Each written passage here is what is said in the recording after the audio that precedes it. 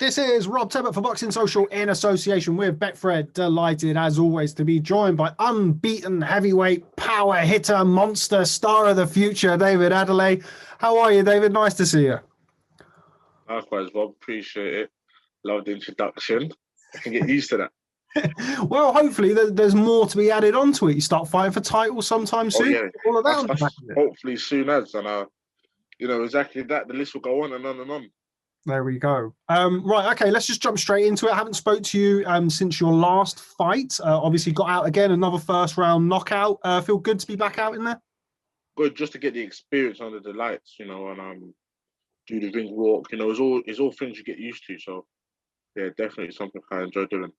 Do you like boxing behind closed doors? I suppose you've not really known much else. Yeah, exactly. I don't really mind it, to be fair. And I spar the gym's quiet anyway, so doesn't really matter to me. Run us over the opponent. Obviously, it's not the opponent that we were expecting you in the ring with. I think it's fair to say the opponent that was brought in on last-minute notice wasn't really up to too much. Tell us what happened in fight week and how frustrating was that for you? Yeah, we were just literally getting ready to train. Got the phone call like, look, your opponent is positive, and it was like, oh mate, you're joking. So they said, look, they're going to retest to make sure it was a definite positive, because sometimes false positives can come back. So they retested him, and it was a positive again, which was a bummer. So yeah, for me, it's a bit hard. It's like, I've done all the hard work, all the groundwork, training, and 2 days before the fight, or 3 days before the fight, I'm getting told that the fight's off. So I think it was even 2 days before. 2 days before the fight, we got told it was off. So we had to last minute get another opponent, and yeah, look, credit to him for even stepping in there. To be fair, making it happen. But yeah, he just clearly wasn't up to standards. At this stage, particularly in kind of the COVID era of boxing, activity is kind of key though at the minute. So it's still good that you got out there, even if it was less than a round. Yeah, look, like I said, it's just about getting used to the lights. The ring walks, doing what I do in the gym under the lights, and there's all the experience that comes with it. Now, as I mentioned, I haven't spoken to you since. I know I watched on TV, I watched you box on BT, and you said that you were going to have a look at Nathan Gorman boxing the next day against Pavel Sauer. I'm sure you did. What did you make of his performance? Good performance. Look, Nathan's a good fighter. Did what he had to do, got him out of there. Didn't do no overtime. And yeah, did what he had to do. What's the latest with you? Because you seem to be trying to get yourself a fight with Mr. Gorman. He doesn't seem that interested, I must say. What's the latest? There is none. There is none, to be fair. Look, last time I saw was in the bubble. He spoke at his way, and that was really it. Look, there is no latest. I think he's just going down his path. I'm just going to go down mine. When we collide, we collide. But in terms of me actually trying to go for it now, I'm just going to do what I do now. If it comes, it comes. We spoke to him, caught up with him a couple of days ago, and he said to us that he's looking for the British title this year, but he wants to box Fabio Wardley. He doesn't want to box David Adeleye. What do you think to that? I think everyone kind of knows, realistically. It's one of the ones where it's like, look, I've had such little fights. If he loses to somebody like me, it's not going to look good on his resume. So he just chooses to avoid me. Which, look, credit to him. I can't knock him for that. That's how he feels. That's how he feels. If they offered me the fight, would have taken it 100%. But yeah, I heard he was in the BT Sports wants to fight me in 12 months' time. So it's clearly for that reason. He just wants me to get more experience. So, if he does lose, or when he does lose, it's not going to be as bad as losing to a guy that's 5-0. From your position, I'm pretty sure. Sorry, I don't know what that was. I'm pretty sure from your point of view, in 12 months' time, you're going to be, a much more improved fighter. Would you agree with that? Definitely. In 6 months' time, I'm always improving, and I'm at a stage of my career now where you always learn things in the gym, anyways, because I got to adjust to the pros. It's not the amateurs anymore. When you've got these fighters starting out in the amateurs, they're always improving because they don't know nothing. So the teaching things is always easy, but once they become a seasoned amateur, there's only so much more they could learn. And it's the same thing for me being in the pros. The people at the top end of the tree, there's only so much more they could learn because they've been doing it for so long. But the likes of me now, are just starting out, there's a lot I could learn. So a year's time from now, I mean, I would have been pro for just over 2 years. So it'd definitely be good. Do you think it's a bit of a balancing act for you at this stage of your career? Because obviously, pretty much every fighter I speak to will take any fight, any name that gets announced. They'll say, yes, I would fight him. But obviously, in such the early stages of your career, we've seen recently what happened with Daniel Dubois. Obviously, his step up against Joe Joyce into good level opposition. That didn't go the way that he would have planned. How important is it for you striking that balance between not putting yourself in too deep, but also getting the right fights to help you progress? Yeah, it's definitely important. It's all about the fights you do pick and the fights you don't pick. You've got to guide yourself right. That's why you've got management and promoters, because they're the people that know best. You leave it down to the boxers. I'm sure Tyson Joshua, that happened years ago. But that's why he's got Eddie and Frank doing the negotiations and Bob Arum, because they're the people that know best and they're the people that know how to make a fight. So in terms of me being a fighter, I'd fight anyone if they put it in front of me. Just about the people around me that choose it for me. You mentioned Frank. Frank's seen his fair share of fighters. He's built a lot of fighters from the ground up. What's his plans for you? What was his impressions of your performance last week? Liked it. Look, like I said, you can only beat what's put in front of you. But yeah, he liked it. He was basically saying that, look, you done what you had to do, and yeah, that was really it. He was impressed though. He's definitely said, I'm coming along better in the pros, and he can see the momentum picking up.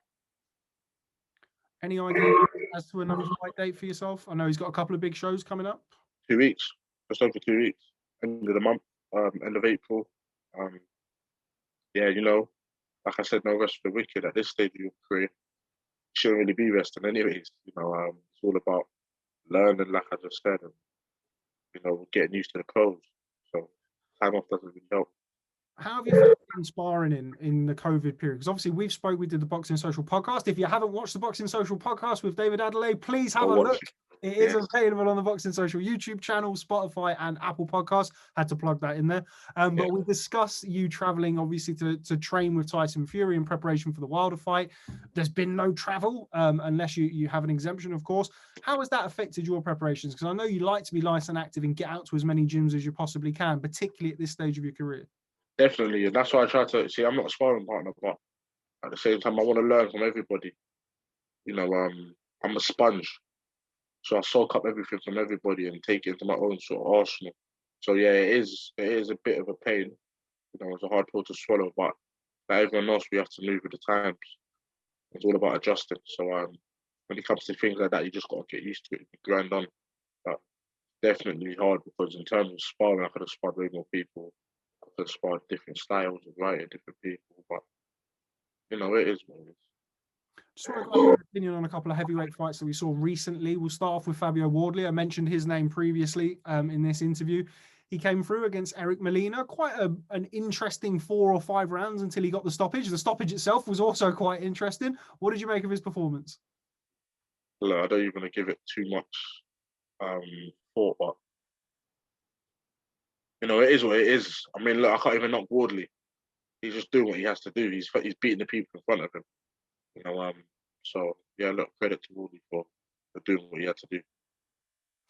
We mentioned that Nathan Gorman has been talking about a potential British title fight with Fabio Wardley. You've been linked to both of those names. How would you see that fight going if it was to happen next? Wardley and Gorman, that'll be a good fight. I'll be ringside, so they better get used to me. I'll be sitting right there. So it'll be a good fight. It'll be a good fight. If you ask me honestly who I think wins, I think Gorman. I think Gorman stops. Why? What makes you say that? Gorman's a good fighter, man. Just because he doesn't look the part. Look, if Gorman was chiseled, a lot of people would give him a lot more credit. But comes down to genes as well. I think, what did he weigh in his last fight? Like 270? I don't think I could ever weigh that, ever. Genetics just won't allow me to, So it just comes down to genes. Both fighters are good, but if I had to put my money on somebody, I'd put it on Gorman getting the win by stoppage. And also on the example of Dillian Whyte, return to winning ways against Alexander Povetkin after that spectacular first fight. What did you make of Dillian's performance in that? Good. Did exactly what he had to do. Cautious, sharp. Worked his jab. Picked his punches well. Bit funny, in the first one, he hurts Povetkin and you see him kind of going through and he loses his sort of stance. He doesn't stay tidy, but I suppose it was the revenge, and it was him trying to really get him back for what he done. So he can kind of brush that under the carpet and give it and let him off. So yeah.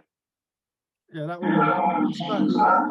I think he hurt him with a right hand in the first round, and then I think he hurts him, and then you see his hands kind of drop, and then he starts to like load up, and he's like, nah, you should have stayed cool, calm, and collected. But like I said, because obviously Povetkin did what he did to him, kind of does make sense. Dylan was acting the way he was. It's just like, I'm definitely going to get you this time. So yeah, credit to him.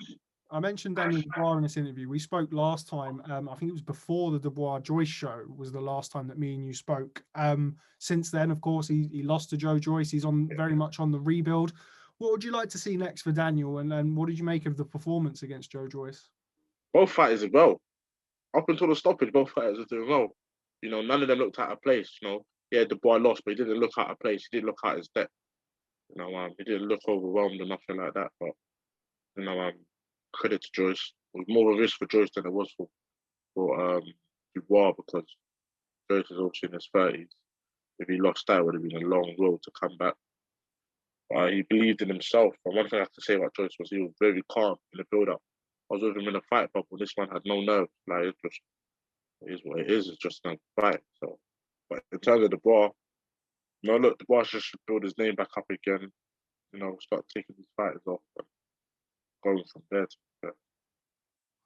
I mentioned previously this kind of new wave of British heavyweights that are coming through. We've had Tyson Fury, Anthony Joshua, Dillian Whyte, etc. Now we've got yourself, Fabio Wardley, Nathan Gorman, Sol Dacres.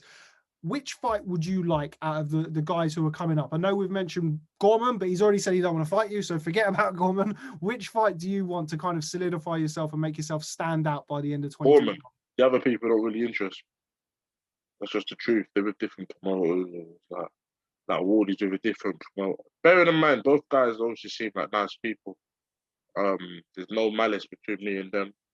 I don't think any of them said it. I don't really focus on them, to be fair. But nothing's come back to me, or no one's ever texted my phone to say, are you hearing what these people are saying about you? These monkeys, like they've said something disrespectful. So I won't go as far as disrespecting them. But if I could choose any of them, it would definitely be Gorman. Okay. On the phone to Uncle Frank. Yeah, exactly that. Do a 3-way Zoom. You know what? A 4-way Zoom. Me, Frank, you, and Gorman. Hey, sounds like a plan. Always good to catch up with you. Always good to catch up with Uncle Frank too. Okay, David Adeleye, always a pleasure catching up with you. Thanks very much for making time for Boxing Social. I hopefully we'll be able to catch up with you face to face sometime soon with these restrictions ending. But yeah, always a pleasure. Thanks very much. Whenever. Give me the call when to show up, man. You're always invited, man. So yeah. Top man. Thanks very much. Nice one.